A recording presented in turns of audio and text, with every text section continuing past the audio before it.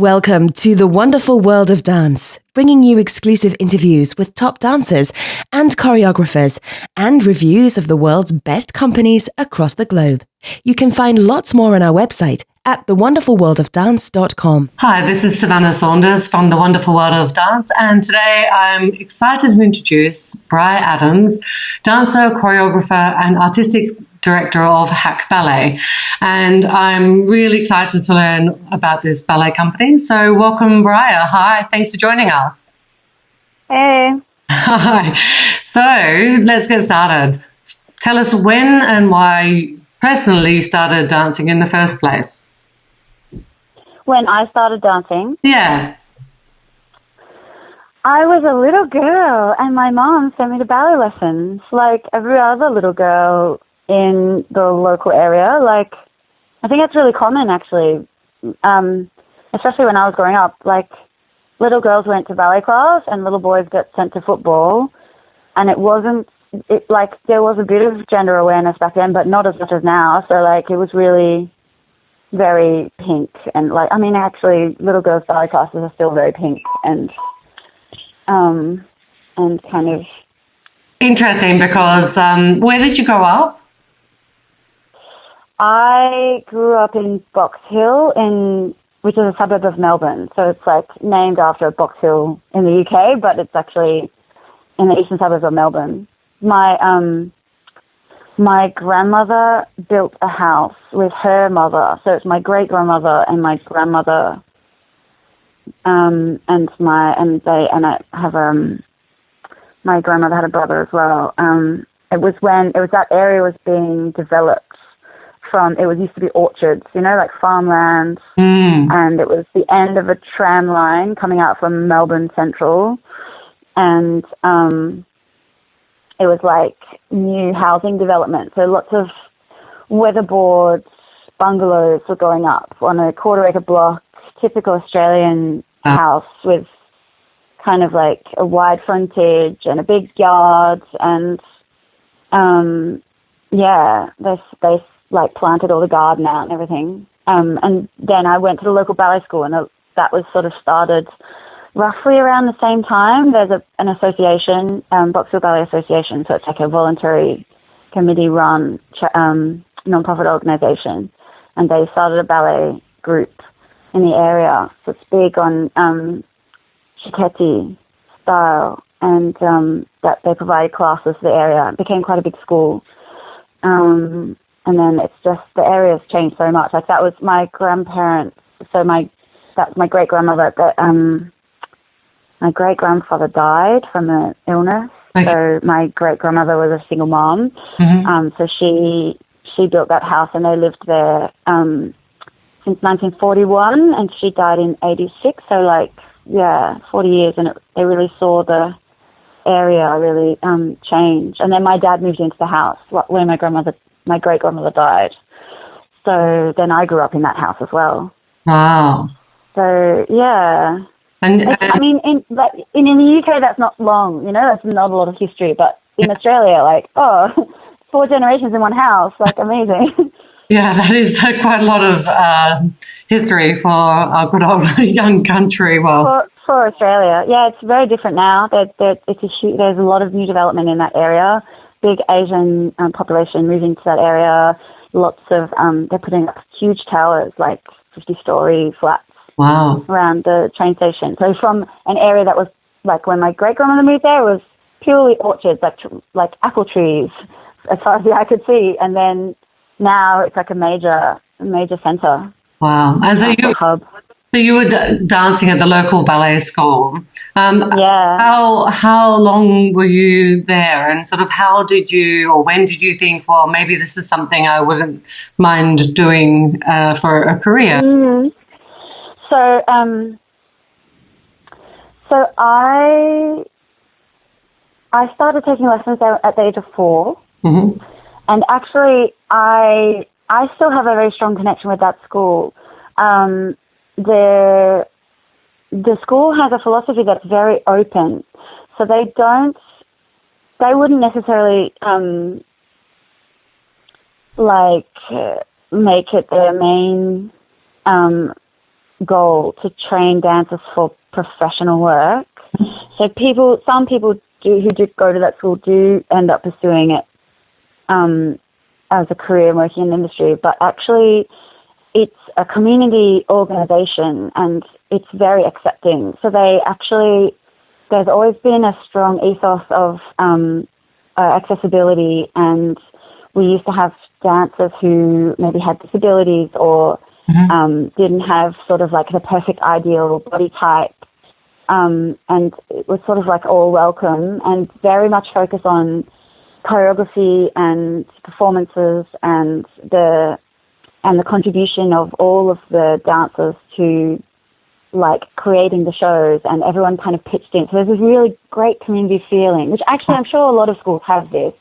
It's pretty much how the arts runs, right? Like lots of voluntary labor, lots of women contributing, lots of parents helping out, people, you know, building sets and making costumes and doing flyering and coming to the shows and supporting the students. So, and it's all ages as well, which actually wasn't super common back then, but now there's a huge explosion of adult ballet schools and adult ballet classes, and that's really popular. And when I was going to school, we always had classes from the age of like when I was 3. There were 3-year-olds, 4-year-olds. I was 4.5 when I started, but we had dancers up until the age of 90, or like really wide spectrum.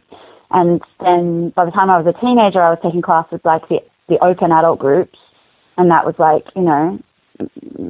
like all ages. And they had folk dance and modern dance and tap and lots of different, we used to have workshops with different choreographers coming. My main ballet teacher, her name's Jan Turner, and she worked professionally in television, and she knew a lot of dancers from Australia and abroad, and we used to have some workshops from international dance teachers and choreographers. And the modern dance method that I did was set up by Jeanette Liddell, I think that's right, and she designed a modern dance training method that was kind of based on like the 1950s style jazz, and also African style, like a Harlem or Alvin Ailey style, like spirituals, and we sort of had to have a more of a blended training. So you had your kind of maybe the physical, like the conditioning exercises were a bit more like Cunningham style, and with articulations and your kind of anatomical positions and technical stuff like jumps and turns, whatever. And then we also had this stylized African style movement as well, which that really helped with being more creative about how you use the body and floor work and different rhythms and isolating different body parts.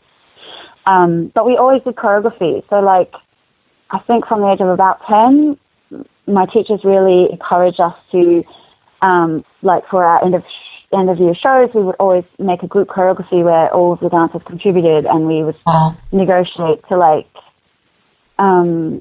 create dances together.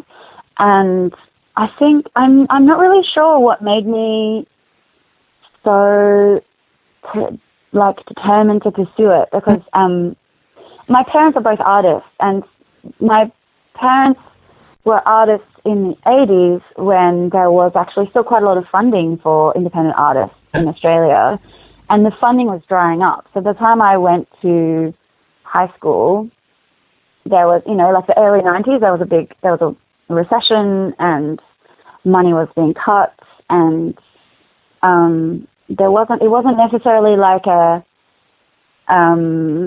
maybe a positive financial decision to be like to going into being an artist.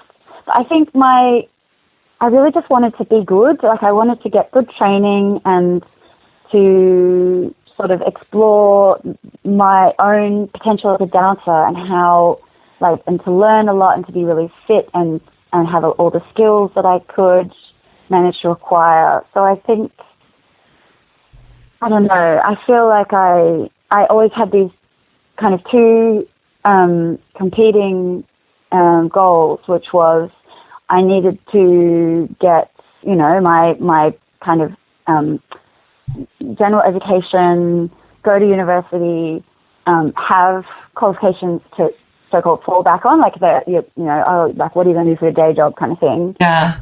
But I was always just really interested in pursuing performing arts, and I think maybe I didn't really have a perception of what the industry was actually like. So my school, there was no pressure from within my ballet school of like, you need to, you know, this is what you need to do, more classes, or you need to, this is the training you need to do, or you need to go and get a job in the industry. That wasn't really a theme there. But what they would do was, if you were interested in pursuing it more seriously, they would then offer connections to other schools where I could supplement my training at my main school. So I went to classes with other teachers in Melbourne who were like more experienced in classical ballet and some contemporary as well, to sort of like add on to my Shiketti basic training. So I was doing my Shiketti advanced and diploma classes. I think I also did my intermediate with Will Cannell. She was a very dedicated teacher in Melbourne, and Anne Butler, also another very high-profile teacher. She now works at the Victorian College of Arts Secondary School. Actually, both of them taught at BCA and BCAS. And then also Lorraine Blackburn, another Shiketti teacher. And then I started taking contemporary classes, and I went to Deakin University for contemporary dance. And I also, when I finished high school, I enrolled at uni. So I auditioned for the VCA dance program, but they didn't take me. So I went to Monash and did performing arts, and I was sort of doing drama and visual arts and visual culture, and also studying chemistry, and thinking, oh, well, what else am I going to do as well to get a job to make money? Yeah. And I had an idea that maybe one day I'll do physio or medicine. Okay. But I had that sense that like, oh, that is something I can do after I've done my dance career. Mm-hmm. And there was I remember having a couple of conversations with people, like, when I went to Lorraine Blackburn School, there was a dancer there whose name is, I think, Zach Jones, who he now has his own contemporary dance / martial arts / sort of like gyrotonic movement training methods. But we had a conversation where he was like, look, if you really want to pursue dance seriously, you should go to full-time training. And I was like, okay, yeah, fair enough. And I think he'd worked around Australia as a freelancer, and I think he did go to Australian Ballet School, and, you know, was more like in contact with the dancers who were at that other, you know, on the professional track. And so he was really like encouraging. So then I auditioned for the National Theatre, and I went to the National Theatre Ballet School, and that was just when, it was a couple of years after Beverly Fry had started as a director there. And Beverly Fry is an amazing, very motivating person. She's a very highly energetic, and she was very encouraging. So I started training there just part-time for a year. And she, you know, welcomed me to come take class a couple of times a week. So I was taking my Shiketti syllabus classes, and I was taking a couple of contemporary classes. And then I was also doing class with their, in their, like, it was kind of like part of, they just opened their diploma, like the professional level training, they opened up to extra dancers to take class. So, like, there were some professionals who would come and take those classes alongside the dancers in training. And Beverly said to me, like, hey, so what are you doing? Do you want to audition?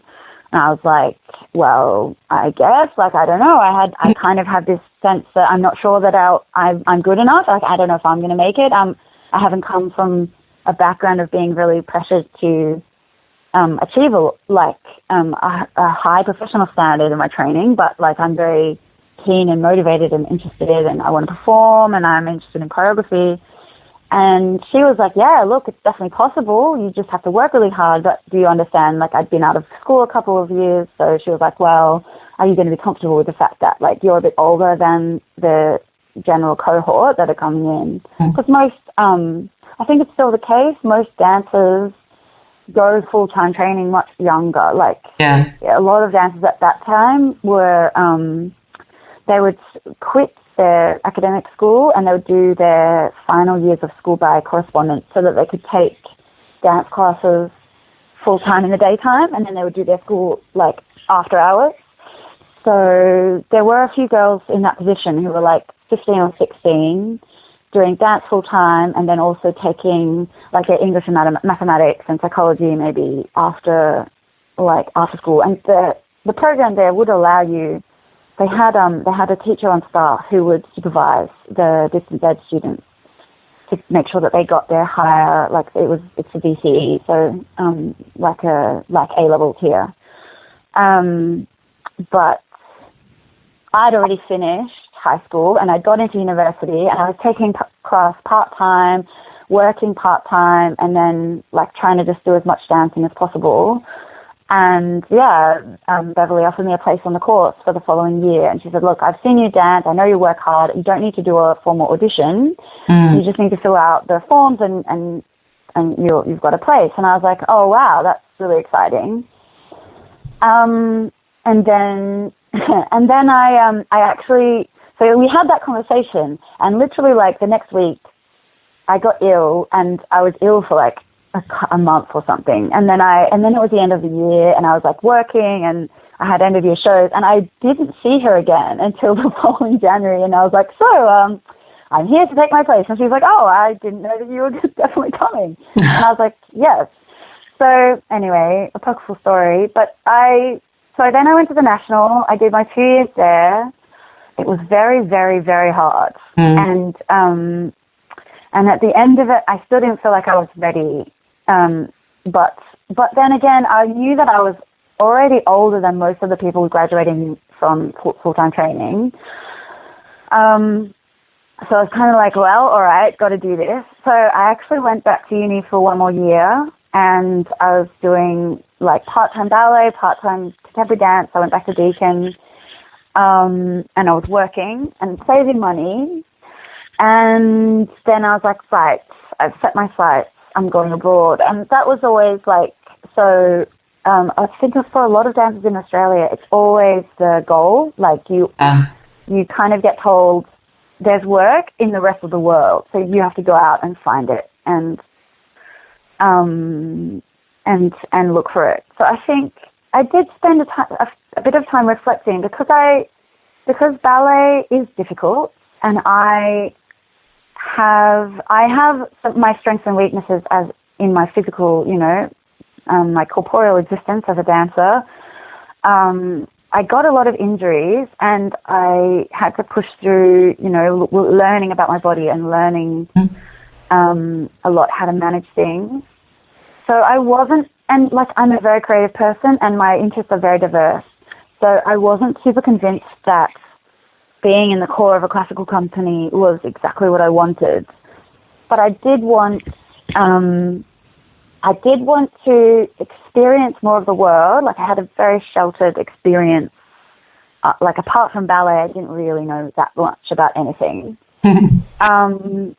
And I sort of wanted to get out into the world and find my place and find what I was interested in and find people that were on the same level as me and were into the same stuff as me, and that kind of, like, I was looking for my tribe kind of thing. And I guess Beverly Fire planted that seed of, like, you could go abroad and you might find this somewhere else, Like, I had a couple of auditions in Australia.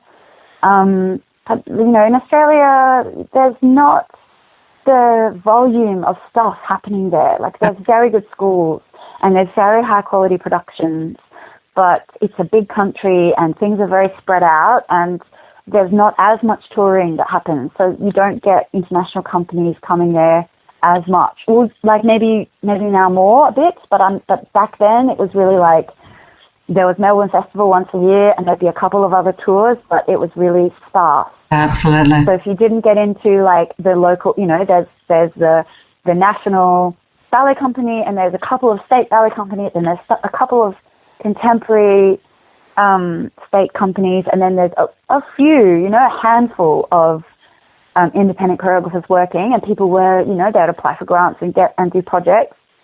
But it just wasn't so. There just wasn't so much going on. And the people that got those jobs tended to be people that went to 3 schools in the whole country, and everybody else kind of, I don't know what happened to us, but we all went abroad. So yeah, I just think I was ready for an adventure. Like things were, I think that sense of I was really sheltered and I wanted to get out of Australia and see the world. Yeah. That was really appealing to me. And the idea that maybe somewhere else will be people that are into the same stuff I'm into, and like it won't be so difficult to find people that share my passions. And actually, when I first moved, say that again. The tribe that you talk about, finding your tribe. Well, now that's how I feel. Like I think I went looking for it at that time, and now I feel like maybe I have to make it, which is that. So then we're getting to like, why did I start my own company? Yeah. Like I feel like I went looking for someone else to provide that feeling for me, and maybe it was never going to be somewhere else. And it's one of those things with maturity. You hear that story a lot, don't you? That you go on your journey of discovery looking for it somewhere else, and you end up finding it in yourself with whatever you've incorporated from what you've learned on your journey. You realize that you have more power and more agency to do stuff on your own rather than waiting for somebody else to hand it to you. And also, maybe it's also that thing of struggle, because I'm one of those people that didn't get a lot of opportunities handed to me. Like I went to a lot of auditions and didn't get anything. And then was like, okay, well, what am I going to do? Since nobody gave me a job, am I just going to give up? Or because some people do that, right? Some people go to ballet school full time for 10 years. They graduate. They go to auditions for the first 6 months. If they don't get a job, they quit. Like literally people who were like super seriously amazing dancers. They were super into it, and then they didn't get a job, and they think, okay, oh well, that's it for me, because it's all about that external approval. So. And that one career track as well.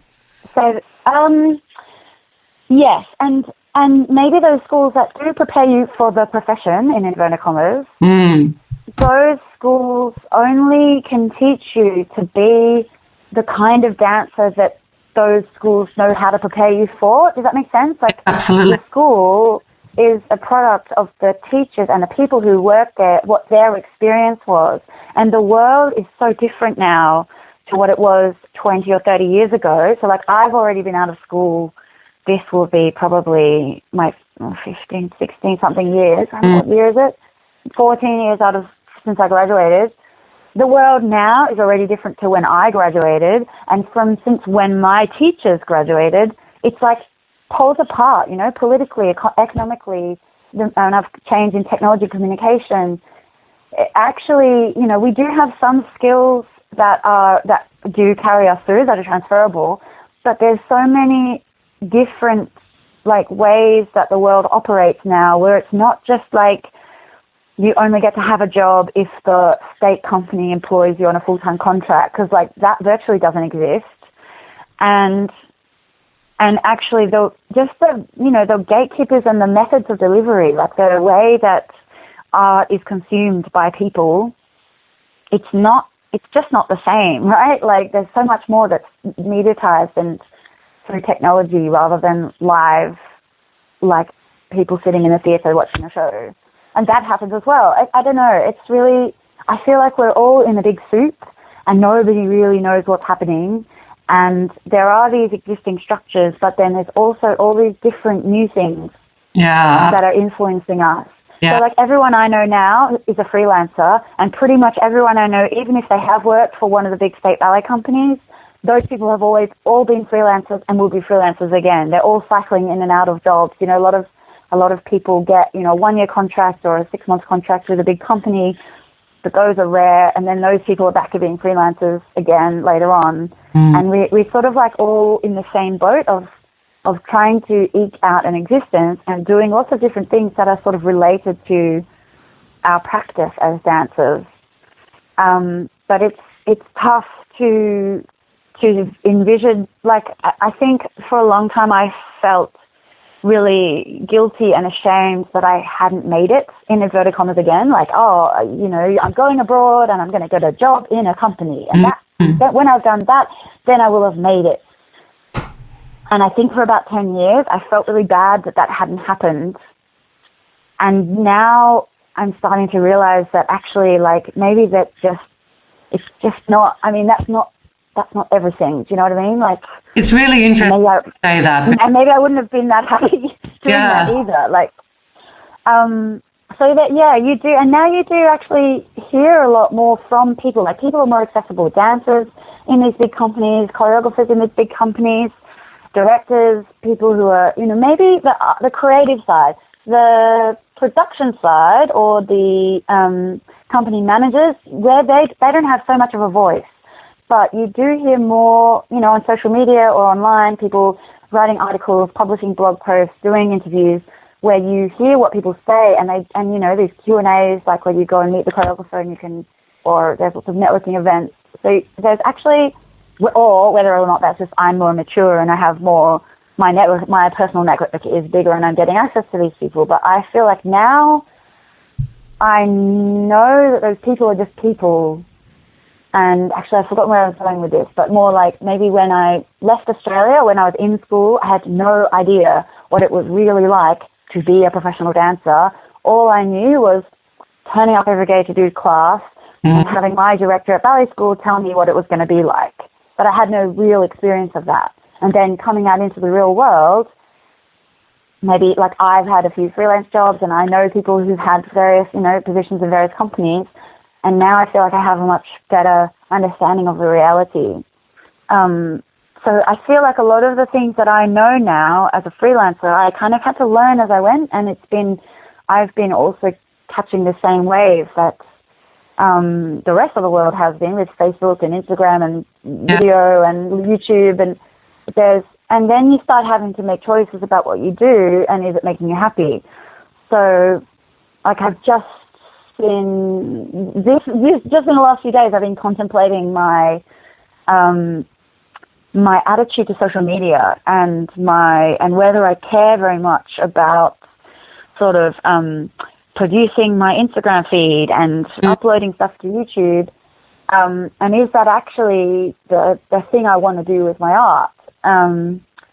So yeah, like you know, is the thing that you're doing because you think it's going to help you get to do the thing you want to do, is it actually helping? How can you evaluate that, right? Like, yeah, especially in the current environment of data protection and these, you know, #MeToo and the control of the worldwide media by these small number of organizations based in like tax havens that are, you know, they're selling your data to an advertising firm. I just think, okay, like dance sits within this really interesting social position where all these influences feed into it, like gender and body image and modernity and things about like being health conscious and being like positivity and kind of how self-critical we are or how much we manufacture our own image, and kind of modern life it maybe clashes with dance quite awkwardly in terms of the traditions of dance. I actually like just today, so maybe talking about the benefits of social media, one person that is on my friends list posted an article by a dancer, I think she's in New York City Ballet, about feminism in ballet. And the article is saying all the stuff that I've been thinking for the last 20 years about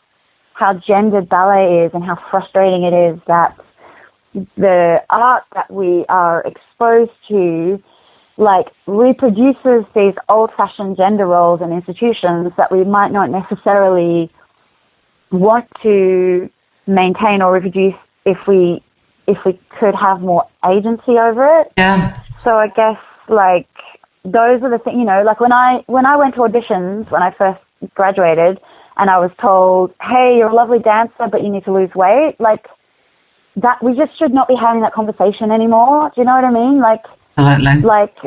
like ballet will die, dance will die if it doesn't include everyone and everyone's experience and kind of make it, I mean, I know like there's the benefit of elitism of making it out to be this really aspirational thing that everybody wants to be like, but there's also casualty to that, which are all these people that feel alienated by it. And I guess that's one of the reasons why I make work, apart from my own, you know, narcissistic desire to see my own ideas out in real life. Like, I'm very reflective about that, and I overthink a lot about whether my work is actually of relevance to others, if it's just, you know, me thinking my thoughts and doing what I want to do.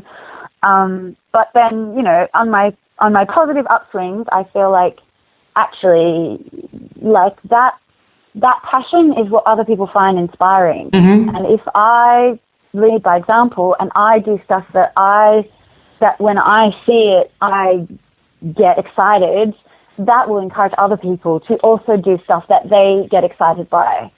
And I definitely have noticed that a lot of the people that talk to me or comment to me or want to interact with me or discuss dance with me or get my advice, like they're people who struggle with the same kind of stuff that I struggle with, like not feeling like the classical ballet institutions represent them or that they fit in or that they have the opportunities that they feel like they really want to pursue, but they still have passion and energy and excitement and ideas, and they and there's something that I do that's unique to me that if I just do my thing, then people can appreciate that thing.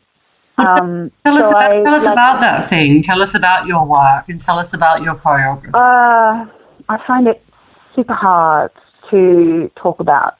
And actually, if you were sitting in the room with me, you would see my body moving.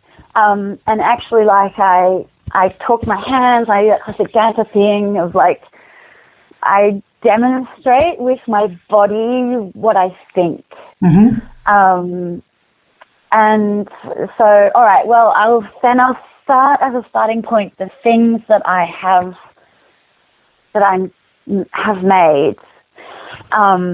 So we're doing Edinburgh Fringe this August, mm-hmm. and I decided to bring a very short, like snapshot triple bill of 3 of my works that I have done before in various formats, and I am giving myself the opportunity to present those works in this format. So you know, it's at Fringe you get like an hour time slot, and within that hour you've got to get in and get out and do your thing. Mm-hmm.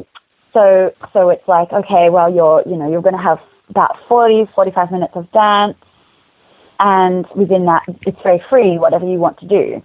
So I'm bringing 3 works. One is To the Edge, then we've got Argyle, and then we have Grace, which goes by various names.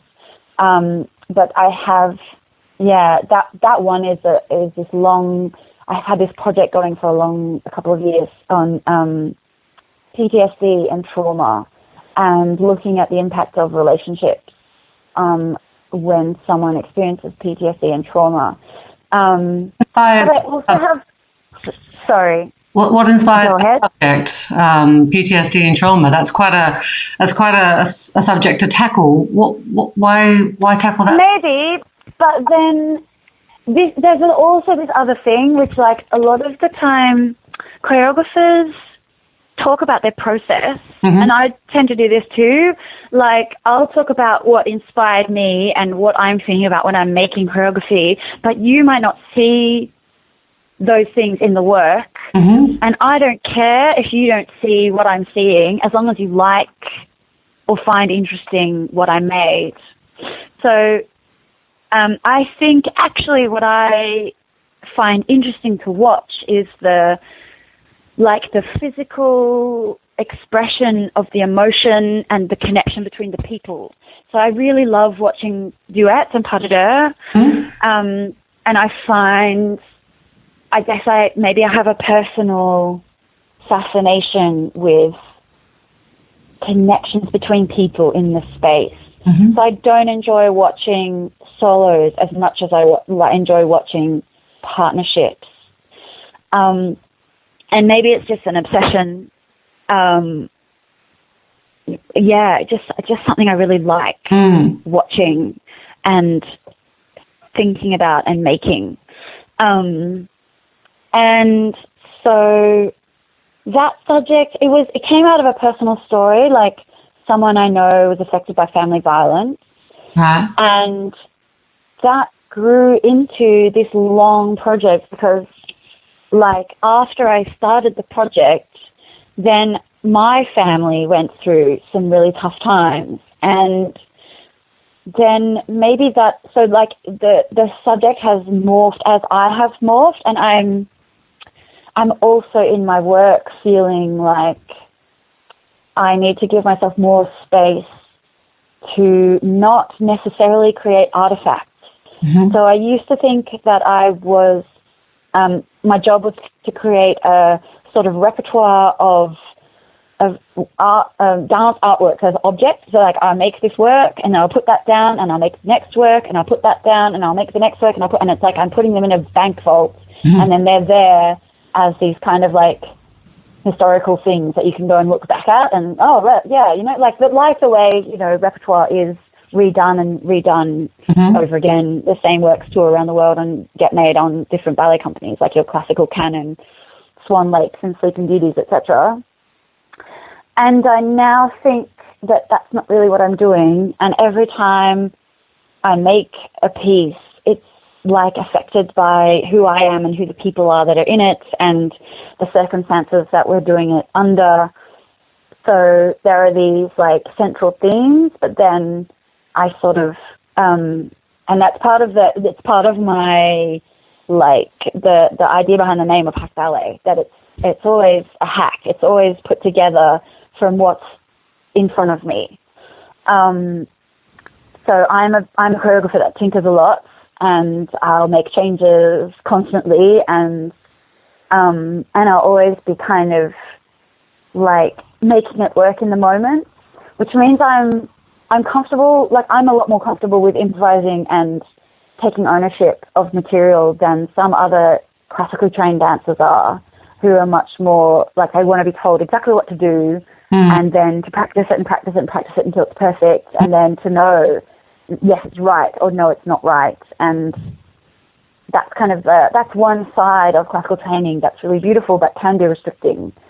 So I really love myself being able to like improvise and expand upon an idea in the moment, because that's the beautiful live performance, right? Like, that's what you get from doing something as an event that only happens in that moment of time versus, recording it on video and then watching the same thing over and over again forever. So I kind of enjoy both. But the thing that's interesting about live is that energy that you get from like knowing that you are in this moment with these people, that precise thing, and that's never going to happen again. It's just so fleeting and magical. So yeah, I feel like actually it's like my work has been personal since I started making choreography. I've always found that the ideas come out of stuff, like themes that's happening in the news or in my life, or kind of general, these general trends. I feel like feminism is a massive trend for me, and it's a theme that I like I keep on referencing, even if it's just like a filter that I run my work through.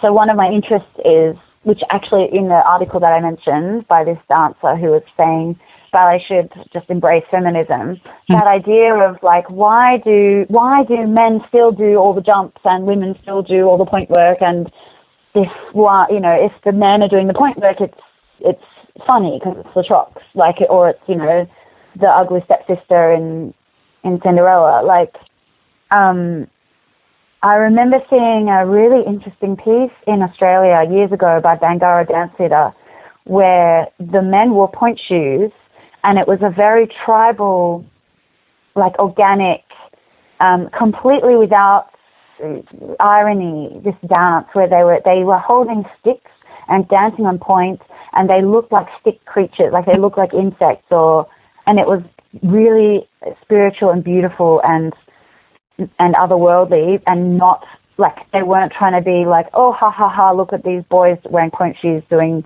girl stuff. Like it was really just, this is an extension of the capacity of the body. Look at this cool, like, trick that, and I was like, oh, why, like, point work should be like that. So actually I've worked a couple of times with Julia Gleick. Have you come across her work? She runs the Counterpoint platform, which her group is called Norte Mar, and it's a consortium of artists, and they run this counterpoint platform. So it's counter and then point, like Pointe, like with the point shoe. And it's specifically to offer women choreographers an opportunity to make work using point shoes. And quite a lot of the people who present work there are much more experimental choreographers than, like, they're not just, I mean, I'm making quite, my work is quite sort of, like, I don't know, typical contemporary ballet. Like, it's dancers making movement, but there are people whose ideas are far more, like, transgressive and experimental.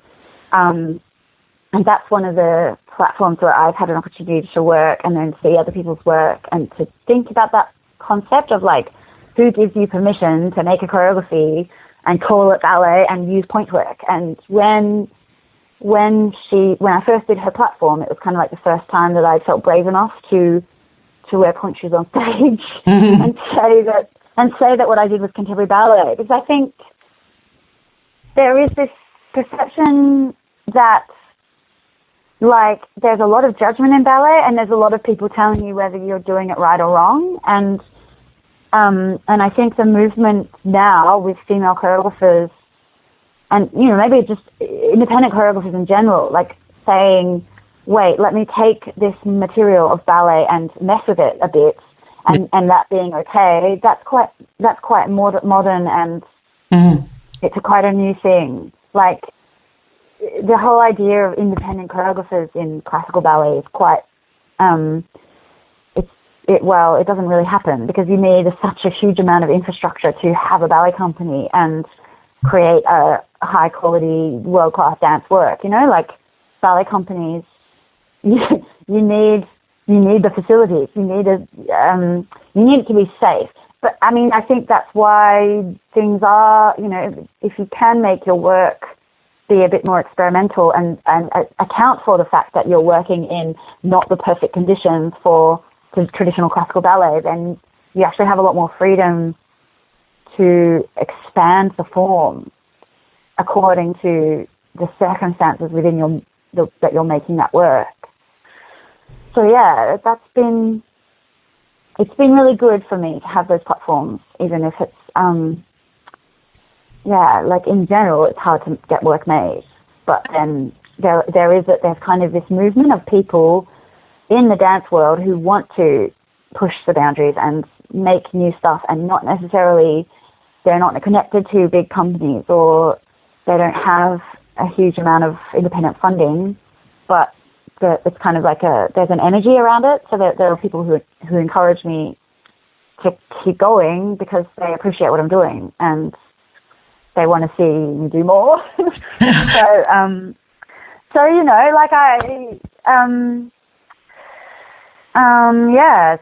the pieces. So anyway, that's getting back to the pieces I'm making I'm taking to Ed Fringe. We're doing To the Edge, which is the first piece I made on Julia Gluck's platform for Counterpoint. Mm-hmm. And that piece is about kind of feeling like you have to escape, but then being drawn back to the support and security that you have. So that's kind of a coming of age journey kind of story. And then Argyle is a very feminine piece. It's very strong. The movement's really pacey. It's quite physically challenging. It's going in and out of the floor using the shoes quite experimentally. I mean, yeah, like a lot of people now are doing that stuff, like making contemporary choreography using ballet dancers wearing point shoes. So it's not like super groundbreaking, but I'm sort of like working within that language of like trying to blend contemporary and classical themes. So I wanted to ask as well. So you say you've got these 3 pieces going up to Ed Fringe, but how long have you actually had Hack Ballet sort of as a formation now? How long have you? The concept, I sort of came up with that formulation of Hack Ballet as a dance company in 2011, just before. So 2012, we debuted Zone, and that was like a response to, was it 2013? Like we started working on it as a response to the Olympics, and at the time I was working part-time in a trading firm, and just that exposure to like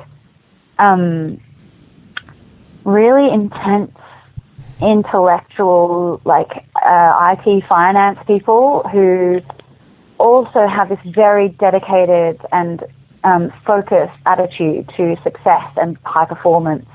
And I felt there was a lot of crossover between, in terms of the mental zone you have to be in to be successful, either at dance or in any other field, like that.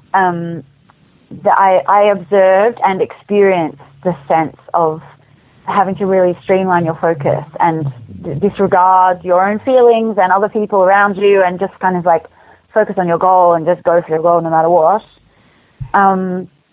Yeah, but I think I always wanted to, I always thought I was going to start a company. Really? I just wasn't sure. Yeah, like when I was in school, that was my intention. But I thought I would work as a dancer first. I wanted to like work for 10 years as a dancer and then start a company, which other dancers have done, right? Like, I could name check, I'm not going to. Like, people who get sort of more mainstream support from inside the existing institutions, where they go and work for a brand and then they branch out on their own to become a choreographer in their own right. And I would have been happy to do that, but I didn't get a job, so I just started making work. And then I've worked as freelance for a while. And now I feel like, okay, well, that's just what I'm doing. But yeah, I always really wanted to have my own dance company, or to just be a choreographer. But actually, I think I always imagined that I would have a company. And has the experience been sort of everything that you imagined? Is it as you sort of? No, but nothing ever is. Really? Like, no. Nothing that I've done has ever worked out the way I imagined. But I am learning to embrace that. Like, that's actually life, you know? Like, what you imagine in your head can only come out of the knowledge you have from before you do it. Do you know what I mean? Like, you see stuff from the outside, so you can imagine what it would be like to do that thing that you observe with your eyes, seeing somebody else do it. But when you do it, it's going to be different. And when you move forward in time, it's going to be different. And when the world changes around you, that's going to be different. So actually, I'm pretty sure if you ask anyone in their 30s, are you doing the thing you imagined you would be doing when you left school at 18? Nobody will say, yes, exactly. Everything worked out exactly as I planned. Well, you know, maybe if you can find that person, tell them to talk to me, because that would be a really interesting conversation. Like, unless their world doesn't change that much. Like, some people maybe have a more, I don't know. But I just don't think you can particularly, like, ever really fully imagine all of your experiences, No. what they're going to be like in the future, and it's going to be the same. So, yeah, I don't know. Why do you need to ask the question, though? Like, what is it you're trying to find out from asking that question? Well, because for me, it leads on to the question of, what is your vision for the future? And as you say, you can, it never turns out exactly, but of course, we always have this vision and we always continue to work towards it, even though, as you just said, well, don't necessarily. Maybe I don't have a vision, but maybe I have, maybe it's more like a manifesto, or I have things, so I'm particularly interested in gender and feminism and #MeToo and giving everyone, not just women, but everyone, a bigger idea of what they're allowed to do, and making it so that people don't feel so much shame and guilt and uncertainty and self-doubt and judgment of others because of the sense that they need to conform to gender norms. So that's one of my big sort of life themes. And then, I've got other themes that are to do with making more work and reaching more dancers. Dancers that I work with enjoy my work because of that sense of variety and freedom, and I give them quite a lot of, if they like that, if they like that, the agency and that responsibility for themselves, then they like that, they just like my style. I don't know, but I think I want to see ballet be bigger. I don't want to see ballet die as an art form or become too stuck in still reproducing the old ideas. So, big movements that are afoot in the bigger, dance scene generally, getting more female choreographers to make work on big companies, hearing more voices from people that maybe not be the obvious, the obvious choice. I feel like in general I'd like to see equality advance in our society. Absolutely. And part of that includes access to and control of and direction of our art. And maybe it's this quite tense conversation between our traditions and how we teach our peers and the next generation about what they need to learn and why it's important and valuable, and then also what we make that's new. So the big opera houses and theatres around the world that are reproducing traditional work, everyone sort of agrees that that's a good thing, but then there's always going to be these tensions around recreating political ideas from a previous era, and then whether there's enough other ideas also available for people to realize that it's historical and it doesn't have to be that way now. So I feel like if there were, the attempts around the world of companies to make new full-length ballets that are of our time and that represent people as they are now, and especially, how much things are changing socially in terms of women's rights and LGBTQ rights and all that, and minorities, and making things much more plural and representation being a big part of that. I think that's a really important theme. But yeah, I don't know, I feel like I'm doing the next thing that comes up in front of me that seems accessible. And if something bigger comes up in front of me, then I'll do that. So again, it's kind of I can only do the things that I know exist, or that are the next step on from something that I already have seen or imagined. So there might be other things that are bigger that I haven't come across yet. So yeah, I do. I really love I really love my global network. I really love that I have good friends and colleagues and people that I respect, that I love working with and spending time with, and they're all over the world. And I'd love to take Hack Ballet, to all the places where my amazing people are, and share what we do with people that appreciate it. So yeah, I'm talking to a festival now in Australia about taking some work there. We're here and we're available, and I'm kind of doing what I have done already, and then waiting for the next opportunity to do something new. But there's always tension around justifying your work economically and knowing what the value is in today's economy. And that, I feel like, is one of our biggest challenges for the arts generally, is just how pervasive the whole economic rationalism ideas are in terms of what's the bottom line, and why are we making art provide all these social services. Can we just make art because we want to make art, or do we have to make art because it's good for us? Do you know what I mean? Are you eating your Brussels sprouts because you like Brussels sprouts, or do you want to make ice cream, or do you want to make a chocolate cake, or do you want to have a roast dinner? I don't know. I don't know if you get that analogy. Do you know what I mean? Yeah. There's a pressure in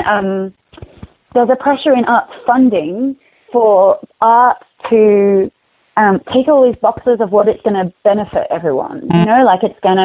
It's going to engage disadvantaged youth, or it's going to improve the adherence to physical exercise of older adults, or there's all these kind of these things are benefits. When you do get involved in the arts, you do experience these benefits, and it's this it's the tension between quantifying art and making it be measurable, which comes out of science and our analysis of things, and trying to pinpoint what it is about it that makes it worthwhile, and how can you compare a beautiful rose with a new building, with a sewage system, with a car. How do we make decisions as people about what we want to do in our lives?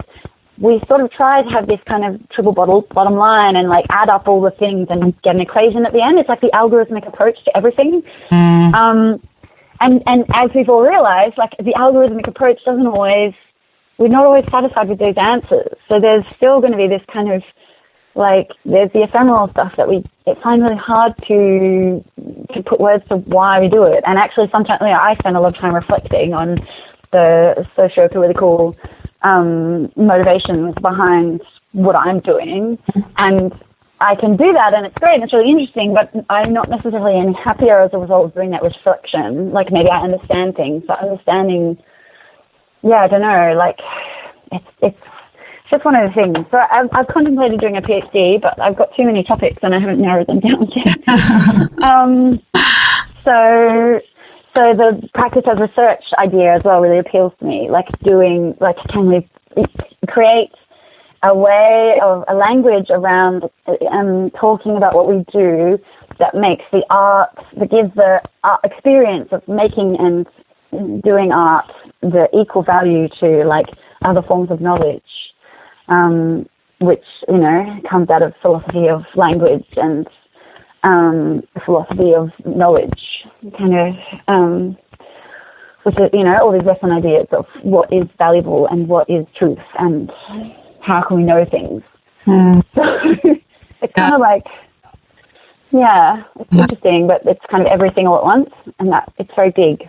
Yeah, well, you've had this really interesting journey, and just listening to you with your incredible ability to be able to really express yourself. I've been sitting here for the last hour, just really engrossed with everything that you've been saying and thinking, Yeah, wonderful to be able to have that expression, even verbally, for people to listen to and think, well, this is what's going on within the dance world, and this is the types of conversations and the types of thinking and the types of feeling and the types of administration and the challenges that are being experienced today.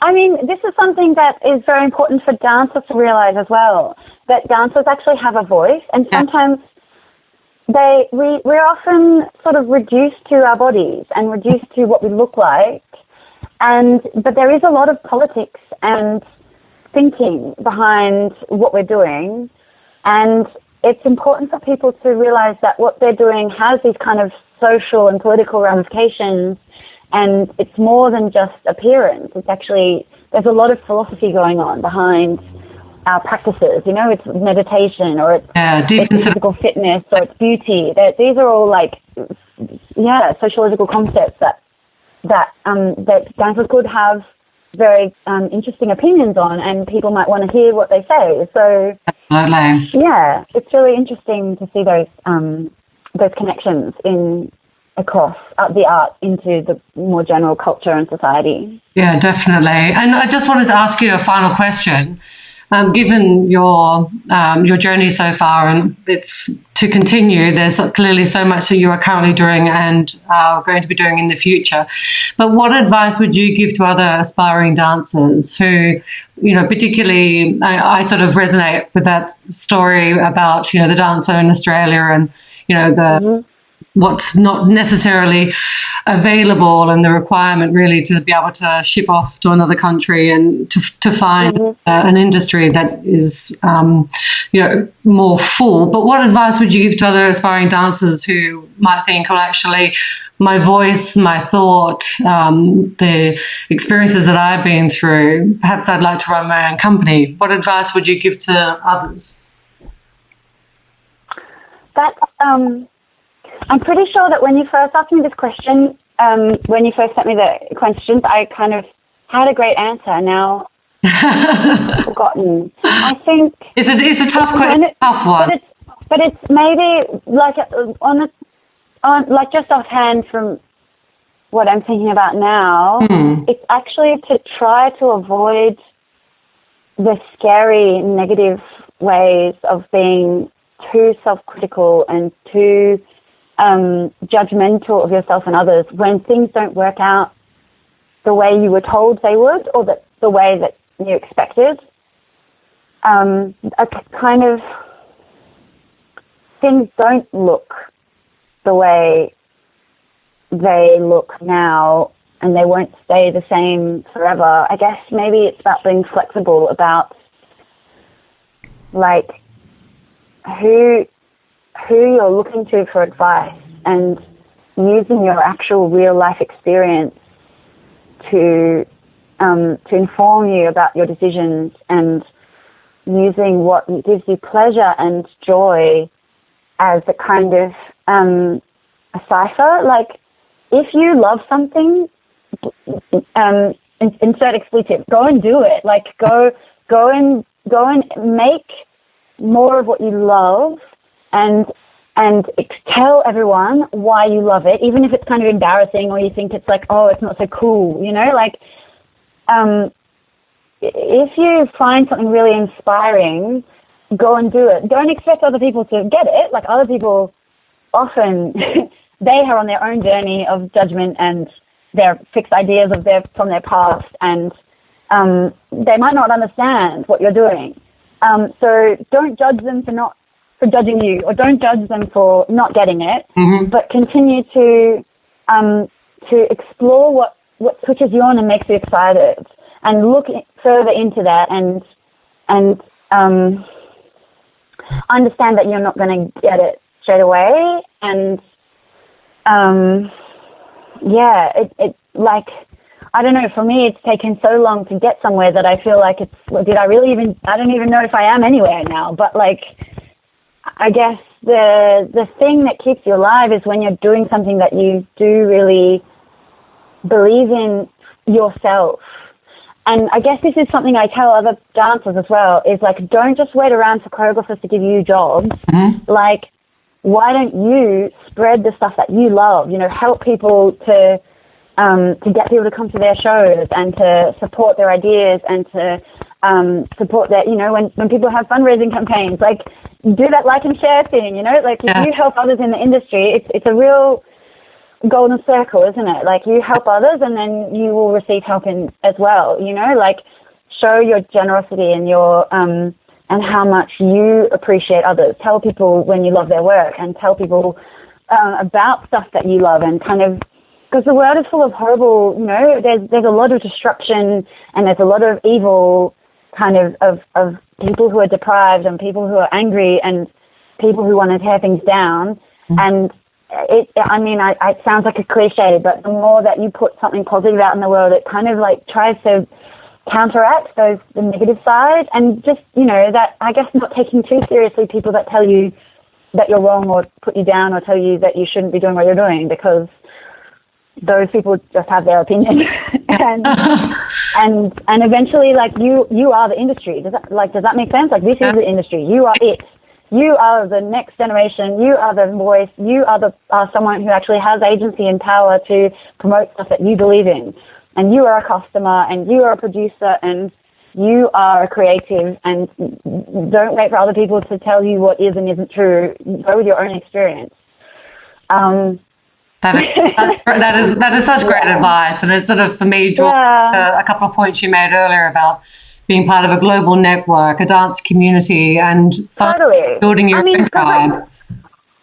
Yes, and I have found people that do love what I do, and often it's because you go to them and say, hey, I really like what you're doing. Yeah. Like, you see someone in class and you smile at them and say, wow, you're a great dancer, where are you from? Like, this is, you know, it's really great to meet you. It's the thing where you reach out and compliment someone else, or you give energy to someone else because you appreciate them, that gives them that little bubble of like, oh, someone noticed me. Like, everybody wants to connect, you know, human beings. Like, ultimately, when you get, like, go below why we're making ballet and dance, whatever, it's a human culture. It's a language of expression. We're trying to connect with each other because we're all getting lonely and lost in the world and stuck in our own heads inside our own skulls. So everybody actually wants to connect. And even the people that you think are so amazing and so incredible, and you could never even talk to them because you're just like nothing and you're scum under the bottom of their boot, like, those people still want love, right? Like, classic, you know. And they're lovely people, actually, when you do talk to them. And they're probably lovely people, and they're probably,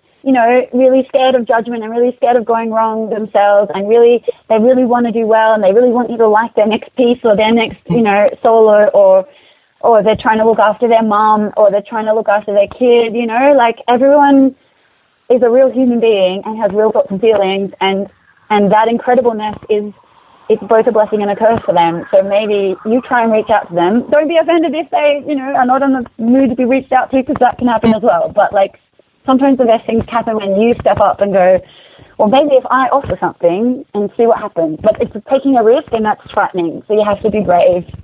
And yes, it doesn't ever get any easier. You're going to still need to be brave forever.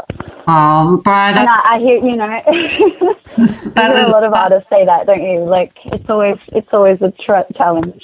Yeah, but I think, you know, it's such great advice, and, you know, with such an inspiring story for yourself. I just want to thank you so much for sharing it with us. And no worries.